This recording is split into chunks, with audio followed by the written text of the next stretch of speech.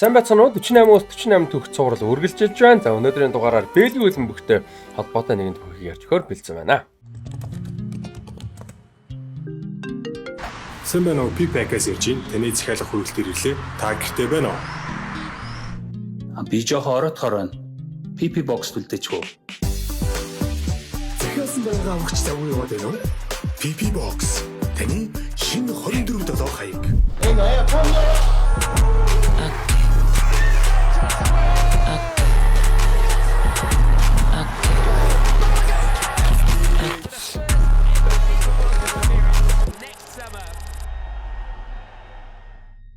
За өнөөдрийн түүхийн сэдв болвол Bert Klein гэж хөлбөмбөгч байгаа. За Bert Klein-ийн хувьд бол одоо Бельгийн дээд лигийн бүх цаг үеийн мэрэгэн бууч, Бельгийн дээд лигийн 3 удаагийн авраг ийм одоо тоглогч байгаа. За тэгээ Albert буюу одоо Bert Klein бол KV Michelin гэж багийн бол одоо домог товтлогч. За Michelin гэж хотод бол төрж өссөн. Тэгээд яг энэ дайны өмнөх 20 дугаар дайны өмнөх 20 дугаар дайны үеэр болон яг дараахан энэ цаг үед бол одоо Бельгийн дээд лигт хөлбөмбөгт бол Albert Klein, Yves Mermans гэж хоёр тоглогч бол одоо хатуу ширүүн өсөлтдөг ийм мундаг хоёр товтлогч бол байсан юм байлээ. За Bert Klein-ийн хувьд бол Michelin клубын төлөө Бельгийн дээд лигт 377 гол оруулсан байдаг. За энэ нь одоо хүртэл Бельгийн дээд лигийн бүх цаг үеийн мэрэгэн бууч оруулж ахсдаг. За гол мөнхийн өрсөлдөгч нь гэж хэлж болох Yves Mermans-ийн хувьд бол одоо Бельгийн домогт клуб Anderlecht-ийн тоглогч байсан. За тэгээ Yves Mermans бол Бельгийн дээд лигийн бүх цаг үеийн мэрэгэн буучийн жагсаалтыг 339 голтой хоёрт жагсдаг юм байлээ. Тэгээ энэ хоёр бол яг нэг үед тоглож байсан юм мундаг өрсөлдөөн бол гарч ирсэн юм байлээ. За тэгээд хөлбөмбөг бол одоо юм супер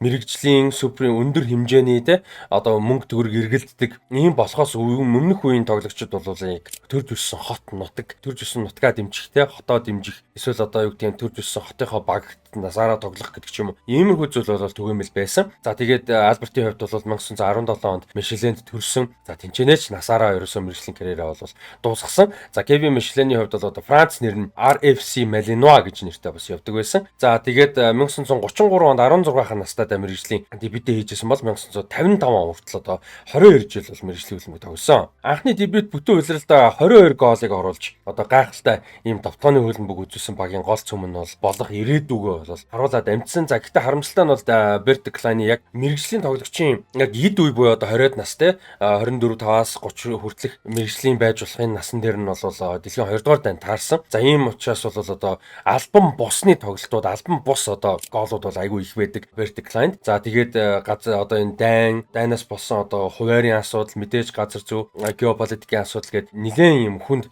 нөхцөл байдалтай байсан. За гэхдээ дайны үед ч гэсэн дайны дараа ч гэсэн бол одоо өөрөө бол үнэхээр сайн тоглогч гэдгийг харуулсаар байсан билээ. This is quite a game. It'll be a free kick.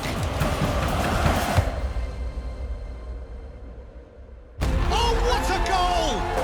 And emotion overflows. За тэгээд Бельгийн дээд лигт 1943, 46 болон 48 онд бол төрүүлсэн байдаг. Тэгээд одоо Michelin клубын бол алтан үе гэж ярьдаг. Michelin клубын хувьд бол Бельгийн дээд лиг түүхэндээ 4 төрүүлсэн байдаг. За тэгээд саяны ярьсан 43, 46 болон 48 оны улирлуулад бол Bert Klein товтлогчтой төрүүлсэн болол 1988-аас 89 оны улиралд бол сүүлд төрүүлж ирсэн байт юм лээ. За мэрэгжлийн хөлбөмбөгөөсөө зодог тайлаад 1955 он зодог тайлсан үед нь бол одоо Bert Klein албан ёсны 488 тоглолтод оролцож 377 гол оруулчихсан байсан. Бельгийн дээд лигт шүү дээ. За хэрвээ одоо юу гэдэг нь дотоодын цом альбом бусны одоо бүсийн тоглолтууд байгаа. Дэлхийн дайны 20 дугаар дайны үеэр явагдсан бүсийн жижиг тоглолтууд гэдэг ч юм уу дотоодын цом гээд бүх тэмцээнүүдийг нь одоо оруулах юм бол карьертаа 588 тоглолтод 503 голыг оруулж ирсэн. Ийм одоо гайхалтай тоглогч бол байсан юм билээ. Тэгээ Бельгийн дээд лигийн мэрэгэн буучаар бол байдаг. Одоо хүртэл эвдэгдээгүй рекорд байгаа. За тэгээ сонирхолтой нь дээд лигтээ бол 4 удаа мэрэгэн буучаар бол дуусч байсан. За дайн дуусаад ихний одоо албан ёсны улирал буюу 45-аас 46 оны улирлыг бол яг дайн дуусан албан ёсны бүтэн улирал гэж үздэг. Гэхдээ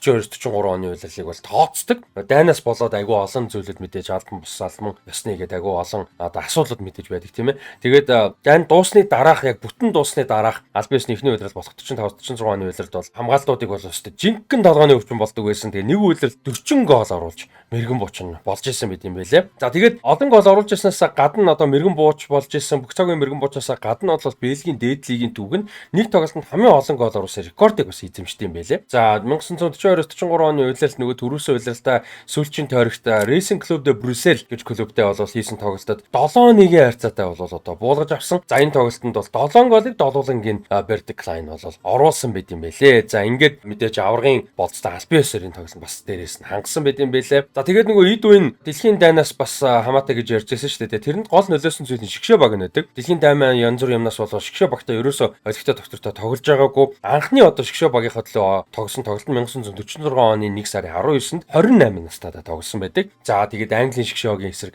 Wembley-д хийсэн тоглолтод оролцсон. Тэгээд тэр тоглолтод бол Англи 2-1 ярцаатай Бельгийг буулгаж авч ирсэн мэт юм байлээ. За тэгээд Le Diable Rouge гэж одоо улаан чөтгөрүүд гэдэг тийм ээ Бельгийн шгшөөгийн. Улаан чөтгөрүүдэд бол одоо маш цөөхөн буюу одоо 1946-48 оны хооронд 12хан тоглолтод оролцсон ч гэсэн 9 голыг оруулж амжсан. За тэр донд бас Люксембургийн эсрэг 4 голыг оруулж амжсан юм байна лээ. Тэгээд бас харамсалтай одоо нөгөө дайн яг энэ тоглогчийн карьерт айгүй хүнд нөлөөсөн нэлээд хэдэн жишээнүүдийн нэг шүү дээ. Өмнө нь хэдүүлээ бас одоо Австри дээр гэдэг ч юм уу өөр улсуудаар зөндөө одоо дайны нөлөө юмнуудыг бол ярьж байсан. За түүний мөнхийн өрсөлдөгч Jeff Mermans-ийн хувьд бол одоо бомбер буюу бөмбөгдөгч очтой юм одоо мундаг 7 удаа Бельгийн дээдлэгт төрүүлж байсан. Мэргэн бочоор 3 удаа мэргэн боч болж исэн байт юм байлээ. За харин Jeff Mermans-ийн хувьд бол хинээс нэг 4-5 дүү байсан. Klein-аас за тэр нь бас тодорхой хэмжээнд давуу тал болж шгшээ багтаа бол 56 тоглолтод оролцож одоо 54 оны дэлхийн аврагт хүртэл ороод амжсан байдаг. За гэхдээ 54 оны дэлхийн аврагт жишээнд Klein бол оролцоогүй гэдэг ч юм уу. Ийм одоо бас цаг үеийн ялгаанууд бол бас гарч ирсэн байдгийн байлээ. Тэгээд Jeff Mermans гэж Бельгийн шгшөөгийн бас домог. За тэгээд дээрс нь Bernd Klein гэж Бельгийн дээд лигийн домог хоёрын товчхон нэг юм сториг ярьж өглөө. Тэгээд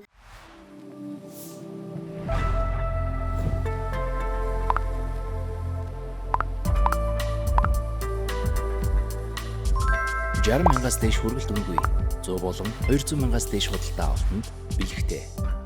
Freshback. Тэгээд бидэд бас 48 түүхээрээ дамжуулаад бид нар аль болох мэддэггүй, аль болох сонсч байгаагүй сонирхолтой дараа нь ирээдүйд олоод харахад нэрээ эн чинь юмштэй гэд илүү дэлгэрүүлж уншихад бас сонирхол үзлэх ийм сторинуудыг сонгож ярьж байгаа гэж найдаж байгаа. Тэгээд та хэд маань бас дэлгэрүүлж уншаарай. Холбоотой зарим нэг линкүүд description хэсгээр орсон байгаа. Тэгээд 48 түүх цувралыг ивентийн ажиллаж байгаа Freshback, Bigback болон MCS Coca-Cola-гийн хамт олондоо маш их баярлалаа. За энэ сүүлийн дугаарууд дээр хоолой өвдөж танад өчөөд байгаа учраас одоо ундаа авахгүй байгаа даа. Гэхдээ тийм би no sugar колаг бол колонд бол их дуртай.